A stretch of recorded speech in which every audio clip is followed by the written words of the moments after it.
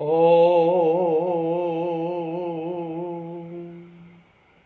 ब्रह्मानन्दं परमसुखदं केवलं ज्ञानमूर्ति द्वन्द्वातीतं गगनसदृशं तत्त्वमस्यादिलक्ष्यम् एकं नित्यं विमलमचलं सर्वदि साक्षिभूतं भावातीतं त्रिगुणरहितं सद्गुरुं नमामि।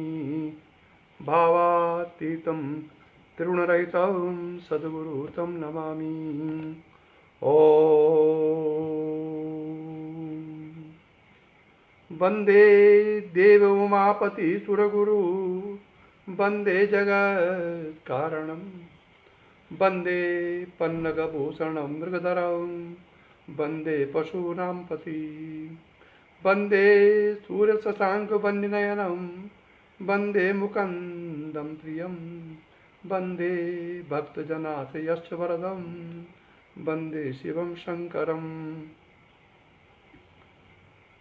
परम भगवत स्वरूप सदगुरुदेव श्री देवेंद्र विज्ञानी जी महाराज के चरण कमलों में प्रणाम करते हुए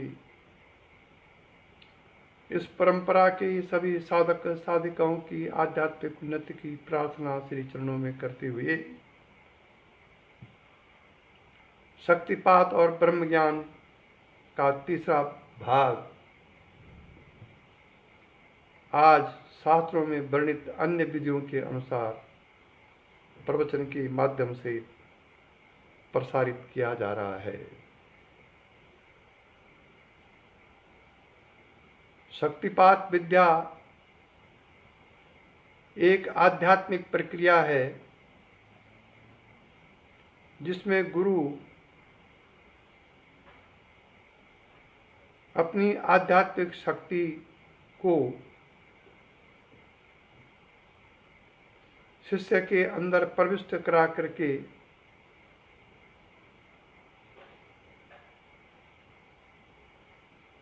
अलौकिक अनुभव को शक्ति कराती है दीक्षा के बाद, और उस अलौकिक इंद्रियातीत अनुभव से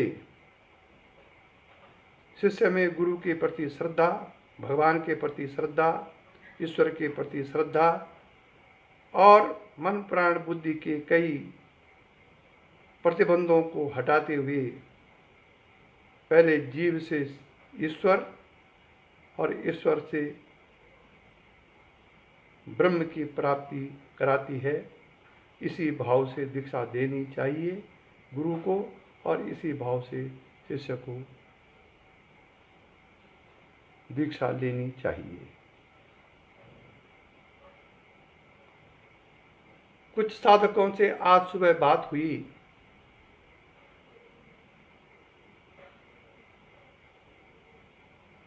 और पूर्व संस्कारों के अनुसार जो कुछ दृश्य शक्तिपात के बाद दिखाई देते हैं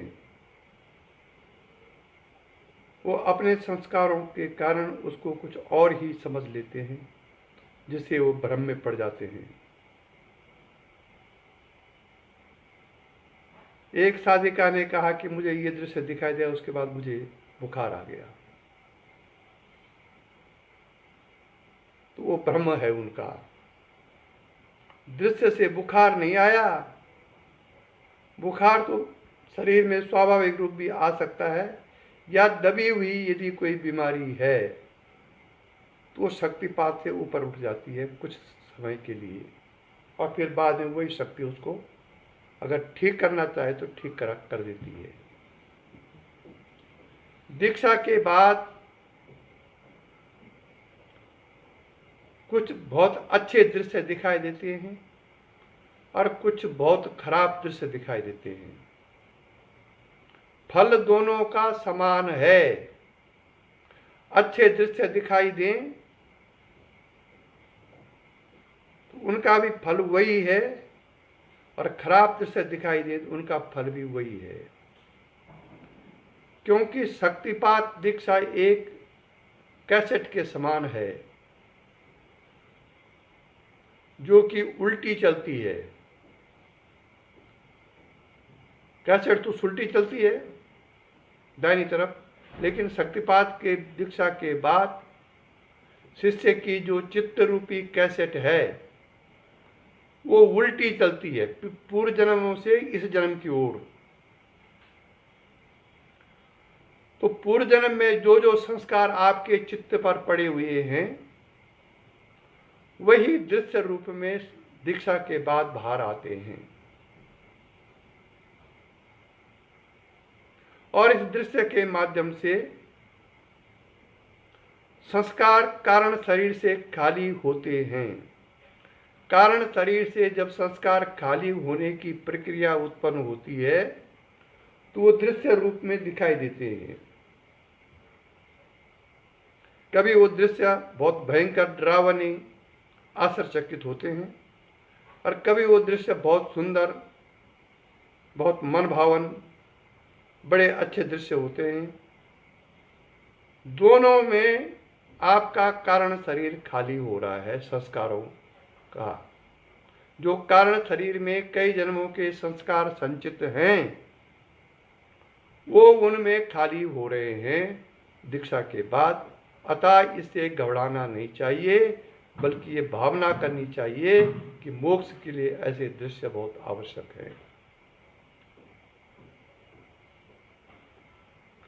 कारण शरीर का खाली होना ही मोक्ष का प्रथम सोपान है।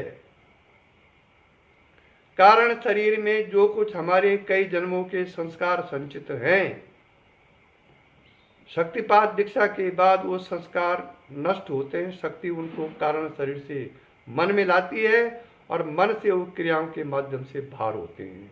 वास्तविकता तो ये है। इन दृश्यों में कुछ लौकिक दृश्य होते हैं जो इस संसार में पाए जाते हैं, और कुछ दृश्य अलौकिक होते हैं, इंद्रियातीत होते हैं, जो इस संसार में नहीं बल्कि इस लोक के ऊपर के दृश्य हैं। इसलिए साधक को दीक्षा के बाद यदि इस प्रकार के लौकिक और अलौकिक अच्छे और बुरे दृश्य दिखाई दे अंदर में, तो उससे घबराना नहीं चाहिए, बल्कि शक्ति को धन्यवाद करना चाहिए कि वह हमारे कारण शरीर को खाली कर रही है। ये तो आज सुबह जो किसी साधक से मेरी वार्ता हुई उसको मैं समझा कि मैं इसको पब्लिकली बता करके सभी नवदीक्षितों को अवगत करा दूं।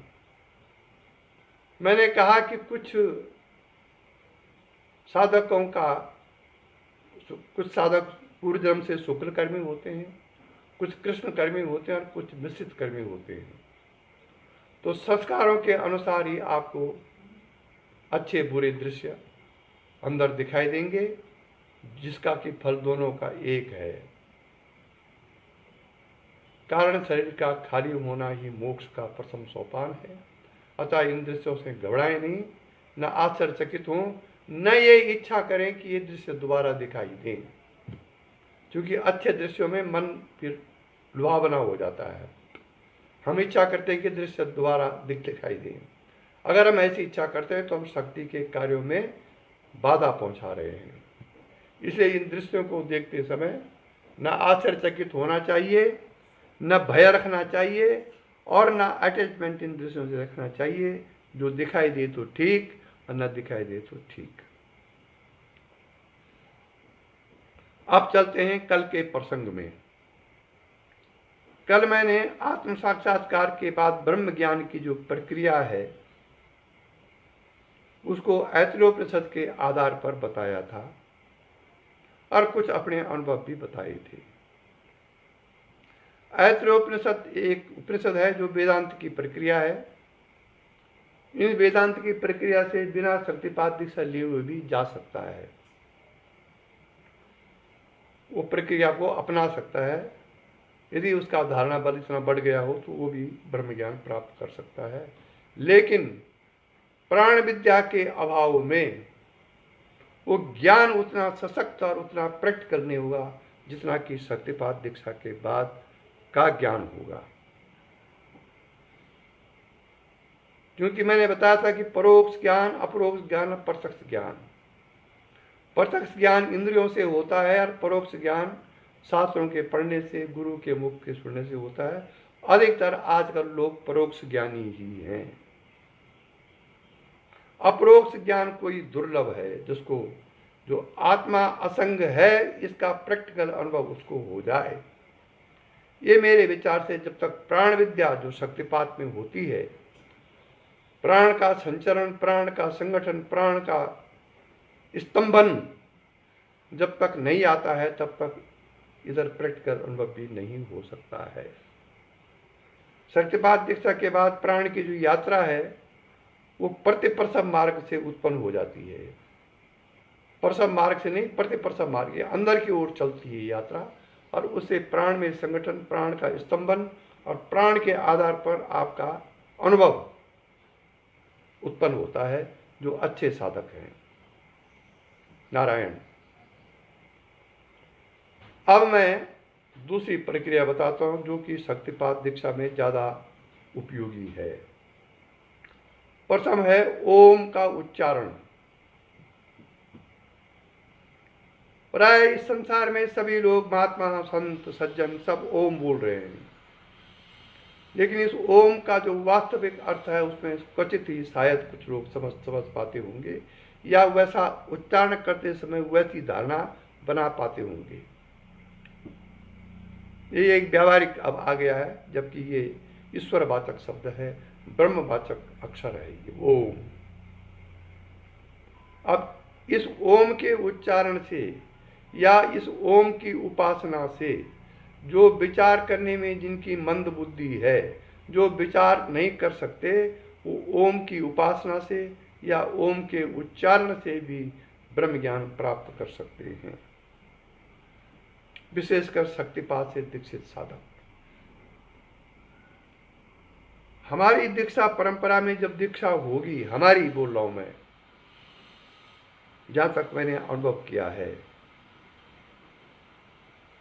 श्री योगेंद्र विज्ञानी जी महाराज, श्री देवेंद्र विज्ञानी जी महाराज, और उसके बाद हमारी जो परंपरा है, इसमें मैंने अधिकतर अपने अनुभव के आधार पर यह पाया है कि शक्तिपात दीक्षा के बाद ओम का उच्चारण ऑटोमेटिकली होता है, करना नहीं पड़ता है अधिकतर। अगर आप इसके ओम के उच्चारण को विश्लेषण कर सकें, इसके बारे में जान सकें, तो उच्चारण करते समय वैसी धारणा करते हुए आप प्राणों के बल से चिदाकाश तक पहुंच सकते हैं।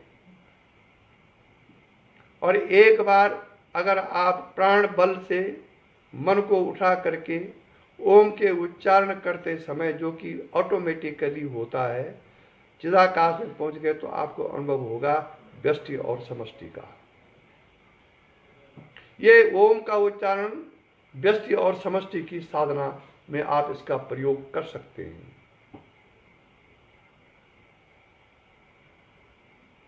व्यष्टि मीन्स इंडिविजुअलिटी और समष्टि मीन्स यूनिवर्सलिटी।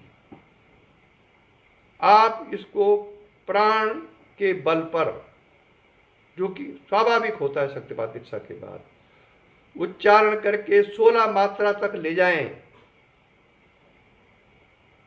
4 मात्रा, फिर 8 मात्रा, फिर 12 मात्रा, फिर 16 मात्रा। ये 4 प्रकार के मात्राओं का ओम है शास्त्रों में इसका वर्णन। जैसे 4 मात्रा का ओम, 8 मात्रा का ओम, 12 मात्रा का ओम और 16 मात्रा का ओम। इस प्रकार से मात्राओं के अनुसार इस ओम का उच्चारण है। तो शक्तिपात दीक्षा के बाद ये जो स्वाभाविक रूप में ओम होता है, उसमें यदि आप मन की धारणा बनाएंगे, तो आत्मा का जो चौथा पाद है तुरीय अवस्था, वह का अनुभव एक क्षण के लिए आपको हो सकता है।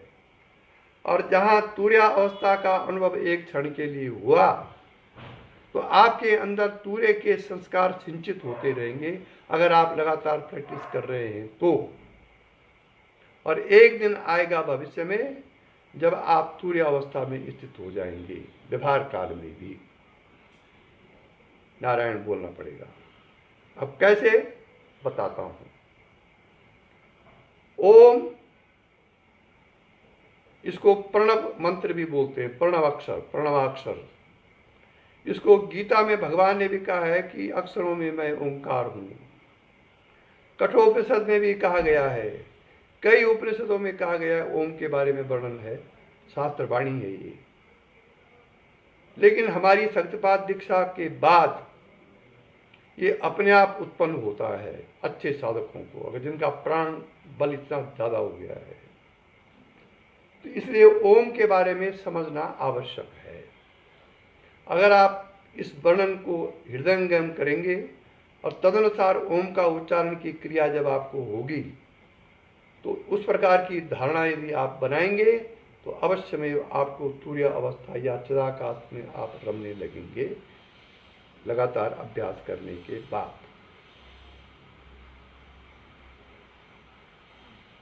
ओम अक्षर कैसे बना?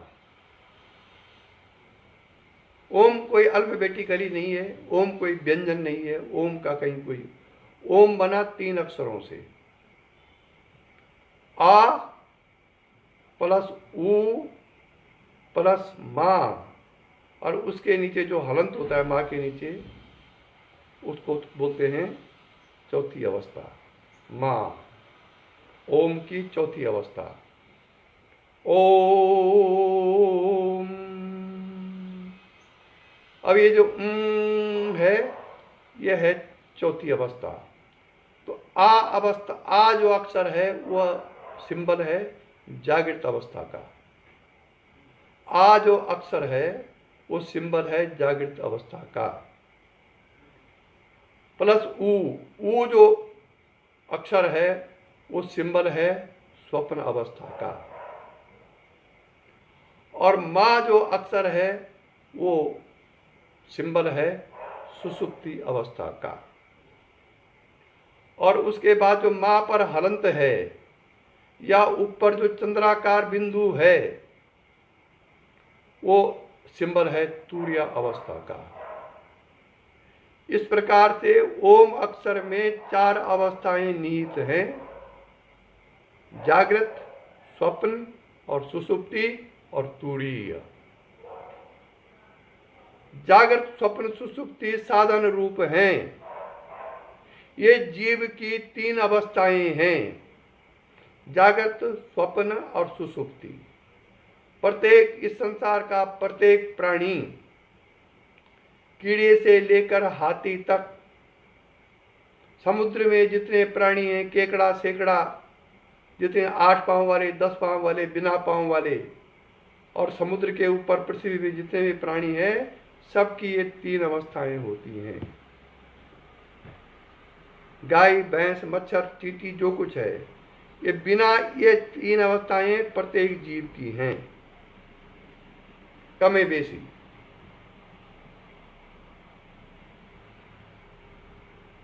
और चौथी अवस्था है परमात्मा की, तुरीय, व्यष्टि में। इस तुरीय अवस्था में केवल मनुष्य प्राणी जा सकता है।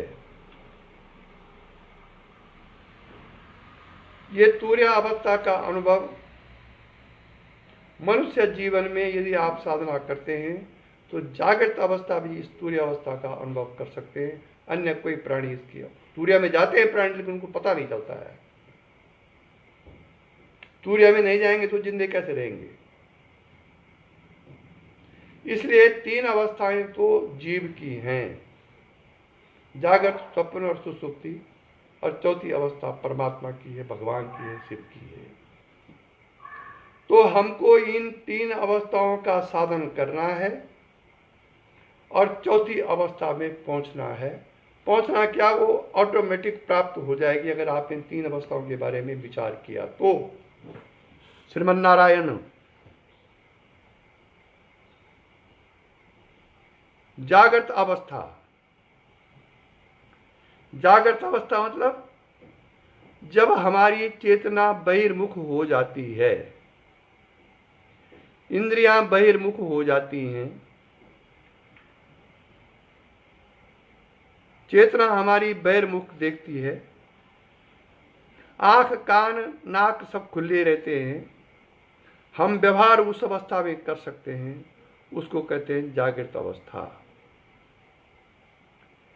लेकिन यदि हम विचार कर सकें तो इस जागृत अवस्था में भी तुरीय अवस्था व्याप्त है।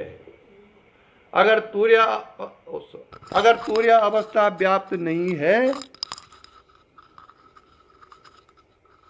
तो यह जागृत अवस्था का आपको अनुभव होगा ही नहीं। यदि तुरीय अवस्था व्याप्त नहीं है तो जागृत अवस्था का अनुभव होगा ही नहीं। इस तुरीय अवस्था के कारण ही जागृत अवस्था का अनुभव हमें होता है, क्योंकि आत्मा जागृत अवस्था में भी व्याप्त है। इस जागृत अवस्था में जो कुछ हम सुनते हैं, जागते हैं, उठते हैं, बैठते हैं, स्वादु अस्वादु का रसवासादन लेते हैं, वही आत्म तत्व के चेतना के कारण। इसी को प्रज्ञान ब्रह्म कहा गया है, अहम ब्रह्मास्मि कहा गया है।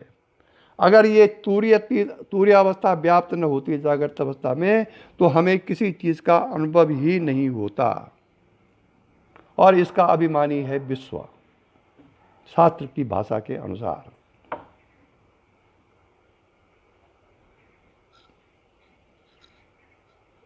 इसलिए जागृत अवस्था एक साधन है, और इस जागृत अवस्था का विश्लेषण करके इसमें व्याप्त तुरीय जो अवस्था है इसका हमको ध्यान करना है। यही इसको कहते हैं, इसका अभिमानी है विश्व, व्यष्टि में। और ये आ जो अक्षर है, जिस प्रकार से आ अक्षर सभी अक्षरों में व्याप्त है, आ जो है सभी अक्षरों में व्याप्त है, का खा गा गा गा, चा छा जा, अब प्रत्येक अक्षरों में आ का उच्चारण आ रहा है। चा छा जा जा आ, का खा गा गा गा। अब ये अक्षर जब आप उच्चारित कर रहे हैं तो इसमें आ का उच्चारण आ रहा है, इसीलिए कहते हैं कि आ सभी जगह व्यापक है। ठीक ऐसे ही जागृत अवस्था का जो अधिष्ठान तुरीय है, यह भी सभी जगह व्याप्त है। इसीलिए भगवान ने गीता में कहा है कि ओंकार में अकारास्मि मैं हूं। इसलिए जागृत अवस्था का अभिमानी विश्व और जागृत अवस्था में तुरीय की व्याप्तता, और ये जागृत अवस्था का जो सिंबल है आ, इसका जो ध्यान करता है वो सर्वव्यापक हो जाता है। ऐसा उपनिषदों में वर्णन है। लेकिन यदि हम इसका चिंतन मनन अपनी अंतरात्मा में करेंगे तो सर्वव्यापकता हमारे अंदर आ जाएगी, क्योंकि शास्त्र की वाणी है। मैं घर से नहीं बोल रहा हूँ, शास्त्र की वाणी है। जिस प्रकार से आ हर अक्षर में व्यापक है, हर अक्षर में वो आ रहा है, उसी प्रकार से हम भी, ये जो मैं हमारे अंदर है, ये भी संसार के हर जगह व्याप्त है। अब है दूसरा अक्षर ऊ। ऊ जो है वो स्वप्न अवस्था का द्योतक है, स्वप्न अवस्था का सिंबल है। जागृत स्वप्न अवस्था का अभिमानी है तेजस। इसमें इंद्रियां, हमारा मन इत्यादि जो है सब अंतर्मुखी हो जाते हैं जब स्वप्न होता है, और उस स्वप्न के कारण उस स्वप्न में जीवात्मा ही अपने चित्त के संस्कारों के अनुसार जागृत में देखी हुई वस्तु या न देखी हुई वस्तुओं का स्वप्न बन जाता है। हमारे शरीर के अंदर एक हिता नाम की नाड़ी है। उस हिता नाम की नाड़ी में जब मन प्राण दोनों प्रविष्ट होते हैं एक साथ, तो संस्कारों के अनुसार स्वप्न उत्पन्न हो जाता है। वेदांत के अनुसार स्वप्न असत्य है, क्योंकि इतनी छोटी सी नाड़ी में इतना बड़ा हाथी स्वप्न में कैसा देखा जा सकता है। लेकिन शक्तिपात से जो दीक्षित हैं और उनको जो कुछ अलौकिक स्वप्न होते हैं, उनका कुछ न कुछ मतलब साधन से होता है। ये विशेषता शक्तिपात की है।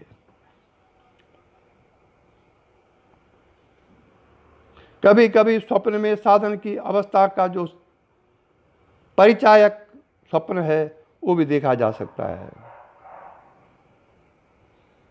कभी किसी साधक की अंत स्थिति का जो भविष्य में आने वाला घटनाएं हैं, इसको भी आप शक्तिपात वाला स्वप्न में देख सकता है, जो कि आगे जाके पता चलता है। कभी कभी स्वप्न में अलौकिक अनुभव, जैसे कि एक साधिका मुझे बता रही थी कि वो पूरी रात भर पता नहीं कहाँ कहाँ उड़ती रही, कैसे कैसे दृश्य दिखाई दिए, कैसे कैसे वहाँ गुरु ने उनके साथ जो आध्यात्मिक व्यवहार किया, वो कैसे कैसे वहाँ देखा, उसका जो वर्णन उसने सुनाया तो बड़ा अलौकिक था। अब ये क्या है? ये पूर्व जन्म की साधना जो करके आई है, उसका वर्णन, उसका जो चित्र है, उसको स्वप्न में दिखाई दिया। इसका अर्थ यह है कि वो साधिका भले ही इस जन्म उसका कैसा भी हो, लेकिन पूर्व जन्म से वो साधना करके आई है। तो इस शक्तिपात दीक्षा के बाद इस प्रकार के स्वप्न, जो कि कहीं सुने नहीं जाते हैं, देखे नहीं जाते हैं, न कभी आपने देखे हैं, ऐसे स्वप्न जो आते हैं, उसका कारण पूर्व जन्म के संस्कारों का फल होता है, पूर्व जन्म की साधना का फल होता है। इसलिए हम इसको शक्तिपात के आधार पर स्वप्न को झूठे भी नहीं कह सकते हैं और सत्य भी नहीं कह सकते हैं। इस स्वप्न का जो अभिमानी है वो है तेजस। तेजस मीन्स अंतर्मुखी होने पर जो घटनाएं घटती हैं उसको कहते हैं तेजस, और इसका सिंबल है ऊ। ध्यान रखिए कि इस स्वप्न का जो साक्षी है वही आत्मा है। नहीं तो जब तक आप स्वप्न देख रहे हैं भाई साहब या बहन जी या साधिका जी, साधक जी, तो तब तक वो स्वप्न सत्य क्यों प्रतीत होता है, इस पर विश्लेषण करो।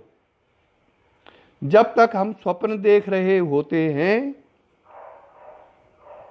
तब तक वो घटना सत्य हम उसको मानते हैं। ज्यों ही स्वप्न टूटता है, हम या तो जागृत अवस्था में आ जाते हैं स्वप्न से, या फिर सुषुप्ति अवस्था में चले जाते हैं। सुषुप्ति अवस्था में चले गए तो ठीक, यदि हम जागृत अवस्था में आते हैं तो उस स्वप्न की स्मृति हमारे मस्तिष्क में रहती है। यदि स्वप्न अच्छा हुआ तो हमारे मन में प्रसन्नता उत्पन्न होती है, यदि स्वप्न खराब हुआ तो हमारे मन में दुख पैदा होता है। घटना वहां कोई नहीं घटी स्वप्न में, लेकिन उसके संस्कार, क्षणिक संस्कार आपके मन में आ गए। क्यों? क्योंकि जब तक आप स्वप्न देख रहे हैं तब तक वो स्वप्न सत्य है। सत्य इसलिए है कि वहां साक्षी तत्व उस समय है। इसी से पता चलता है कि साक्षी तत्व हर जगह है। उदाहरणार्थ, स्वप्न में किसी भद्र पुरुष को पुलिस पकड़ के ले जा रही है कि इसने चोरी की है, और पुलिस उसको पकड़ के ले, उसको स्वप्न आ रहा है कि मुझे पुलिस पकड़ के ले जा रही है। वो मोहल्ले में गुजर रहा है, लोग अपने अपने मकानों में खड़े हैं, जो कल तक उसको बहुत अच्छा आदमी मानते थे, सज्जन व्यक्ति मानते थे, वो सब थू थू कर रहे हैं किसी ने चोरी की है। पुलिस हथकड़ी पहन करके ले जा रही है। वो भी ऊपर भीड़ को देख रहा है कि कल तक जो मुझको नमस्कार करते थे, बड़ा आदर सम्मान करते थे, वो आज मुझसे घृणा कर रहे हैं। लोग मुंह फेर रहे हैं उससे। स्वप्न चल रहा है ये, और वो उसको स्वप्न को सच्चा मान रहा है जब तक वो स्वप्न देख रहा है। आगे चल के बहुत दुखी हो जाता है, आगे चल के कोई महात्मा मिलता है उसको स्वप्न में। महात्मा उसको समझाता है कि भाई दुखी क्यों, अब स्वप्न में समझा रहा है वो, भाई दुखी क्यों होता है, ये तो स्वप्न है। वो कहता है कि महात्मा का दिमाग खराब है, मेरे यहाँ हथकड़ी पड़ी हुई, बोले ये स्वप्न है, क्योंकि वो सत्य मान रहा उस चीज को। महात्मा के उपदेश के बाद भी वो उसको सत्य मान रहा है। थोड़ी देर बाद वो स्वप्न टूट जाता है। दुख के कारण उसके आंखों में आंसू भी होते हैं, और फिर देखता कि सब बातें झूठी हो गई। जब महात्मा ने बोला कि झूठा था तब उसने नहीं माना, लेकिन जब जग गया तो सब बातें झूठी हो गई। इसलिए जो अनुभव स्वप्न में होते हैं वो आत्मा या साक्षी तत्व के कारण उस काल तक सत्य होते हैं जिस काल तक आप स्वप्न देख रहे हैं। ठीक ऐसा स्वप्न ही जागृत अवस्था का है, ये भी स्वप्न ही है। हम जो जागृत अवस्था में जो सृष्टि देख रहे हैं ये भी एक स्वप्न है। वो स्वप्न आधा घंटा या 1 घंटे का हुआ था, ये स्वप्न हम कई जन्मों से देख रहे हैं। इसलिए हमको ये सत्य प्रतीत हो रहा है, क्योंकि जागृत अवस्था का जो आत्मा है वो जागृत अवस्था में स्थित है, और हमको हमारे मन को ये सत्यता इसलिए भास रहा है कि हम कई जन्मों से इस प्रकार के संसार को देख रहे हैं। यदि आपको ब्रह्म ज्ञान हो जाए, यदि आपको आत्मज्ञान हो जाए, यदि आपको उस आध्यात्मिक शक्ति का इतना पराभव ब्रह्म भावापन अवस्था आपके मन में आ जाए, तो जागृत अवस्था में भी निद्रा अवस्था अंदर से आ सकती है। ये संभव है। आप बाहर से तो जगे हुए हैं, लेकिन अंदर से आप सोए हुए हैं, सोई हुई अवस्था जैसी। मैंने अपने गुरुदेव को इस अवस्था में बहुत देखा।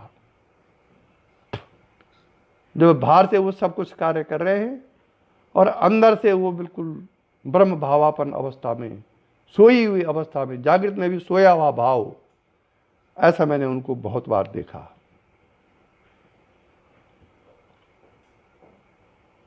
ज्ञान की 6वीं 7वीं भूमिका में ऐसा होता है जब नाम रूप मिटने लगते हैं ऑटोमेटिकली। आप जबरदस्ती मिटाएंगे तो वो बंधन है। एक मेरे गुरु बहन लिखा कि भाई साहब नाम रूप मिटा दो। नाम रूप भाई साहब या गुरु नहीं मिटा सकता है। जब आपकी आंतरिक अवस्था साधन करते करते ऐसी आ जाएगी तो नाम रूप स्वाभाविक रूप से मिटने लगेंगे। मिटने का अर्थ बाहर से इस चर्म आंखों से नाम रूप दिखेंगे, लेकिन अंतरात्मा में वो नाम रूप नहीं रहेंगे। जैसे एक्सरे की मशीन होती है ना भाई साहब, जब आप एक्सरा लेते हैं छाती का, अपने चेस्ट का एक्सरा लेते हैं, तो आपका स्वेटर भी पहना रहता है, कोट भी पहना रहता है, कमीज भी पहना रहता है, लेकिन एक्सरे की मशीन हड्डी का फोटो लेती है। आपके चेस्ट के अंदर जो हड्डियां हैं उसका फोटो लेती है। ऐसे ही ज्ञानी की दृष्टि है। वो शरीर भी देखेगा, नाम भी देखेगा, रूप भी देखेगा, लेकिन उनकी जो अंतरात्मा की दृष्टि है वो उस साधक के अंतरतम में घुस जाएगी, उसके हृदय को बेच देगी वो दृष्टि। तो ये तब होता है जब ज्ञान की 6वीं 7वीं भूमिका आती है, और जो कि समय पर आएगी, जिसमें जल्दी की बातें साधन करते रहिए, नाम रूप हटेगा। क्योंकि इसलिए हटेगा क्योंकि आप साधनरत हैं और शास्त्र इसको कहता है। फिर मैं प्रसंग से बाहर आ गया। अब तीसरा अक्षर है माँ। आ प्लस उ प्लस माँ। माँ जो अक्षर है वो सिंबल है सुसुप्ति अवस्था का।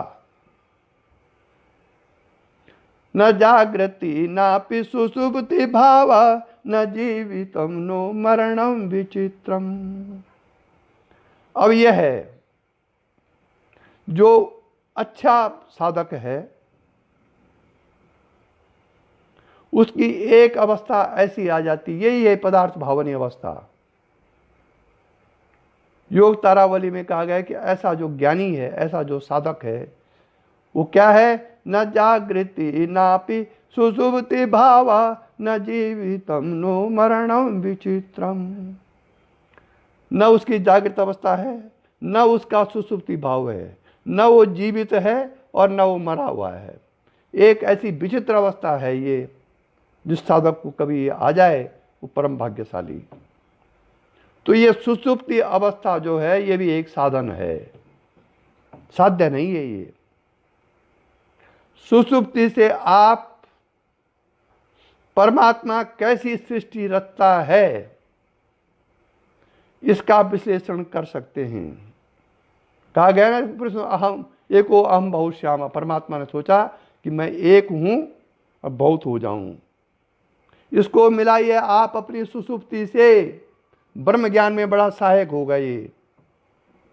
आप घनघोर निद्रा में सोए हुए हैं, अचानक आपकी नींद खुल गई और नींद खुलते ही आपके मन ने ऑटोमेटिकली सृष्टि बनानी शुरू कर दी। तो जिस प्रकार से आपका अपना मन, आपने बनाते सृष्टि, वो मन ऑटोमेटिक सृष्टि बना। आप कभी ध्यान दो ना जरा, आप चुपचाप कुर्सी में बैठे हुए हैं, कोई चिंता आपको नहीं है, कोई काम भी आप नहीं कर रहे हैं, चुपचाप बैठे हुए हैं, लेकिन मन अपने आप सृष्टि बना रहा है। मैं जब 20 साल का था तो वहाँ था, वहाँ मुझे वो आदमी मिला, उसने मेरे लिए, अब ये अपना आप हो रहा है। ये भविष्य में मैं करोड़पति होऊंगा कि नहीं, अभी सृष्टि अपना आप बन रही है संस्कारों के बल पर। ठीक इसी प्रकार से परमात्मा अपने मन में ब्रह्मा के रूप में, ब्रह्म नहीं ब्रह्मा जो सृष्टि रचिता है, वही जो आपका व्यष्टि मन है, वही परमात्मा सृष्टि में ब्रह्मा हो जाता है। संपूर्ण प्राणियों का जो मन है वो जब एक जगह इकट्ठा होता है उसको कहते हैं समष्टि मन या ब्रह्मा। तो ब्रह्मा ऑटोमेटिकली इसी प्रकार से सृष्टि करता है जैसे आपका व्यष्टि मन कर रहा है। समष्टि मन का जो व्यष्टि रूप है वो आपके शरीर के अंदर मन है, मन ऑटोमेटिकली सृष्टि कर रहा है। वैसे ही परमात्मा जो का जो मन ब्रह्मा है वो ऑटोमेटिकली सृष्टि करता है। किस आधार पर? आपका मन तो आपके संस्कारों के आधार पर सृष्टि कर रहा है आपके अंदर, और परमात्मा का जो मन ब्रह्मा है वो यथा धाता पूर्वम कल्पयेत, जैसे विधाता ने पूर्व में कल्पना की थी उसी प्रकार से वो सृष्टि करता है। ये दोनों का मेल है। तो इस आधार पर आप सुसुप्ति का अनुभव लेकर के ब्रह्म ज्ञान की ओर आप चल सकते हैं। सुसुप्ति का जो अभिमानी है वो है प्राज्ञ। यह है व्यष्टि का वर्णन कर रहा हूं मैं। ये सुसुप्ति का अभिमानी है प्राज्ञ, और प्राज्ञ में सुसुप्ति का मतलब उस सुसुप्ति में हम परमात्मा या ईश्वर से मिलते हैं। जो आपका इंडिविजुअल, आपके अंदर जो परमात्मा का या भगवान का जो अंश है उस सुसुप्ति में वहाँ मिलते हैं हम।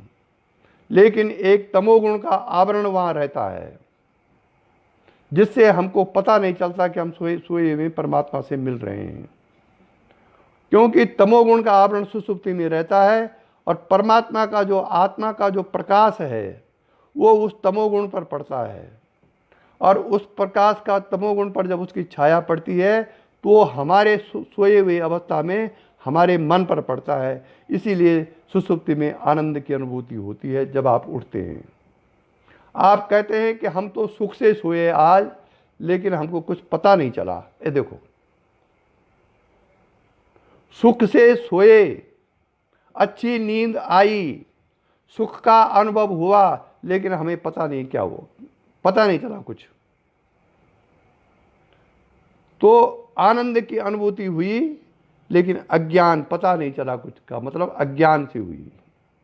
समाधि में ज्ञान से होती है। फर्क कितने हैं सुसुप्ति में और समाधि में? दोनों बाहर से एक ही अवस्था है, लेकिन समाधि में आपका जो चित्त मन बुद्धि प्राण है वो चेतना में स्थित हो जाता है, और सुषुप्ति में तमोगुण में चला जाता है। लेकिन बट जो ज्ञानी महात्मा हैं वो सुषुप्ति में नहीं जाते हैं, बल्कि सुषुप्ति में वो तुरीय में चले जाते हैं। वो जब सुषुप्ति खत्म होने के बाद उठेंगे तो उनको ये संसार ऐसा नहीं दिखाई देगा जैसे कि अज्ञानी को दिखाई देता है। इस संसार के पीछे जो अविनाशी तत्व छुपा हुआ है, जो चिन्मयाकाश में की तरह है, जिसको आप कहते हैं एक विशेष प्रकार का एक प्रकाश, ऐसे भौतिक प्रकाश नहीं, आंतरिक प्रकाश, वो ज्ञानी को सुषुप्ति से उठने के बाद दिखाई देता है। यही फर्क है ज्ञानी और अज्ञानी की सुषुप्ति में। यही परीक्षण है ज्ञान का और ब्रह्म ज्ञान का। इसलिए शास्त्र कहता है कि ज्ञानी न जागृत अवस्था में है, न स्वप्न अवस्था में है और न सुषुप्ति अवस्था में, वो हर समय तुरीय में स्थित है। तुरीय की साधना आपको करनी नहीं पड़ेगी, तुरीय अपने आप प्रकट होगा। जैसे कि कली जब खिलती है अपने समय पर, तो उसके अंदर से फूल अपने आप प्रकट होता है। इसी प्रकार से हमको साधना करनी है जागृत, स्वप्न और सुषुप्ति की, और पहुंचना है तुरीय में। ठीक यही अवस्था समष्टि में है जो आपकी व्यष्टि में है। यह अवस्था का जो मैं वर्णन कर रहा हूं ये व्यष्टि का भाव का है। अब ठीक यही अवस्था समष्टि में है। अगर आप साधन करते समय इस भाव को ले चलेंगे तो ब्रह्म ज्ञान उदय हो जाएगा। ओम। जैसे जागृत अवस्था में आ है व्यष्टि भाव में, वैसे आ अक्षर समष्टि भाव में भी है, जिसको वैश्वानर कहा गया है। वैसे ही फिर समष्टि भाव में ऊ है, जिसको हिरण्यगर्भ कहा गया है। तो विश्व और वैश्वानर की एकता आपको करनी पड़ेगी साधना में। विश्व और वैश्वानर, विश्व आ गया समष्टि भाव और वैश्वानर आ गए, नहीं, विश्व आ गया व्यष्टि भाव और वैश्वानर आ गया समष्टि भाव। आपको व्यष्टि से समष्टि में जाना है आ बोलते समय। यह धारणा बल से प्रकट होगा। आप ये सोचें कि मैं जब ओम बोल रहा हूं तो मैं व्यष्टि से समष्टि की ओर जा रहा हूं, और फिर विश्व और वैश्वानर की एकता हो जाएगी। कैसे? जैसे हम बोलते हैं वन, फॉरेस्ट, तो वन में वो एक पेड़ भी है, इंडिविजुअल पेड़। उन कई इंडिविजुअल पेड़ों को बन करके वो वन कहलाता है या फॉरेस्ट कहलाता है। ठीक इसी प्रकार से विश्व भी वैश्वानर में आ जाएगा, क्योंकि जब हम वन बोलते हैं तो उसमें जो पेड़ है, एक पेड़ है, वो भी है उसमें। तो इस प्रकार के भाव ओम का उच्चारण करते समय, इस प्रकार के भाव को यदि आप उत्पन्न करेंगे तो आप व्यष्टि से समष्टि की साधना ओम बोलते समय चलेंगे। उसे आत्म साक्षात्कार का रास्ता खुलेगा। उसी प्रकार से स्वप्न अवस्था है। स्वप्न अवस्था का अभिमानी है तेजस, और समष्टि में स्वप्न अवस्था जो आती है उसका अभिमानी है हिरण्यगर्भ।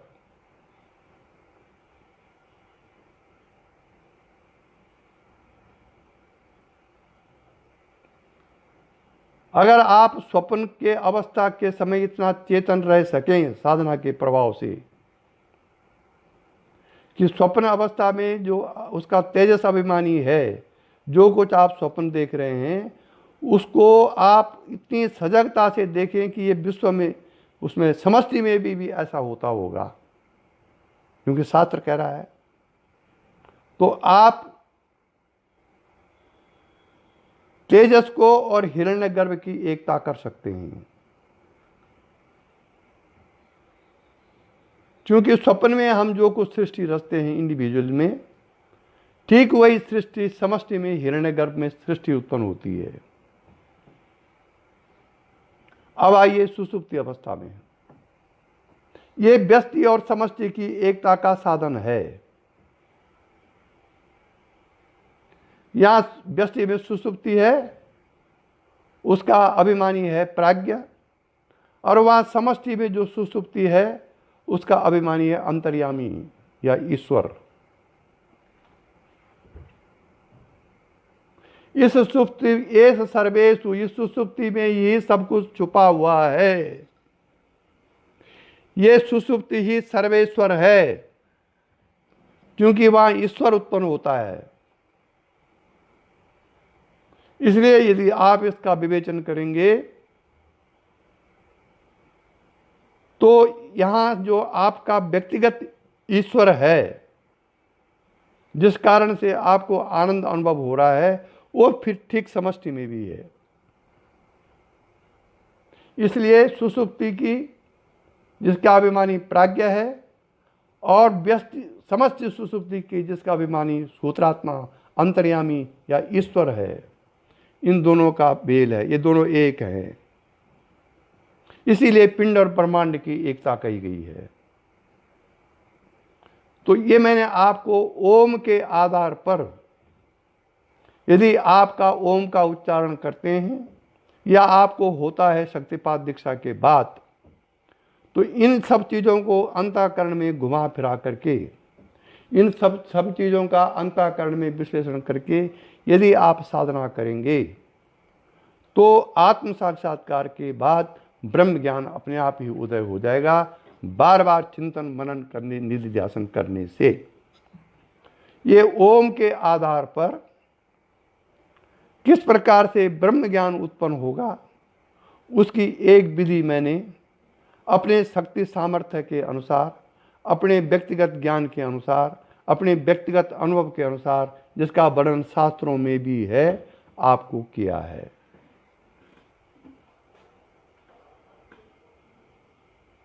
इसीलिए मांडुक्योपनिषद में इसको आत्मा को 4 पाद कहा गया है। ये आत्मा 4 पाद वाली है, ऐसा दिखाया गया वहां। 4 पाद क्या, इसका तो एक पाद भी नहीं है, आत्मा का पैर कहाँ होता है, लेकिन उसको समझाने के लिए वहां वर्णन किया गया है। जैसे अलजेब्रा या बीजगणित में हम मान लेते हैं, मानो 10 बराबर का, a प्लस बी बराबर का, अलजेब्रा में हम मानते हैं पहले, और धीरे धीरे प्रश्न करते करते करते लास्ट में पहुंचते हैं। ठीक इसी प्रकार से मांडुक्योपनिषद में 4 पाद कहे गए आत्मा का।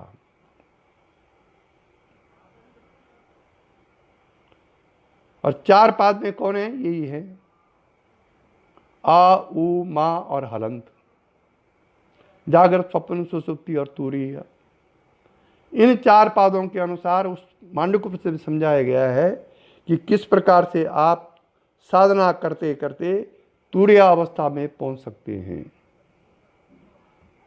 इसलिए मेरे परम प्रिय साधकों, यदि आप इस प्रकार से साधना करेंगे, विशेषकर शक्तिपात से जो दीक्षित हैं हमारी परंपरा में, और शक्तिपात के बाद उनको ऐसे अलौकिक अनुभव, मन बुद्धि प्राण का प्यूरिफिकेशन यदि हो गया हो, तो ब्रह्म ज्ञान हस्ता मलकवत है, यदि आप इस विधि से साधना करेंगे तो।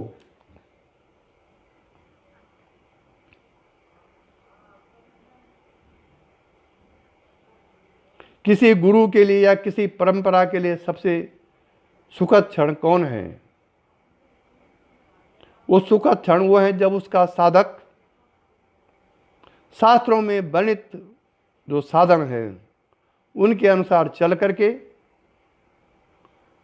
मुक्ति की ओर यदि वो बढ़ रहा है, तो परंपरा के लिए बड़ी सौभाग्य की बात है। शरीर के और संसार के प्रारब्ध अलग अलग हैं, उन प्रारब्ध कर्मों का इनसे कोई मतलब नहीं है।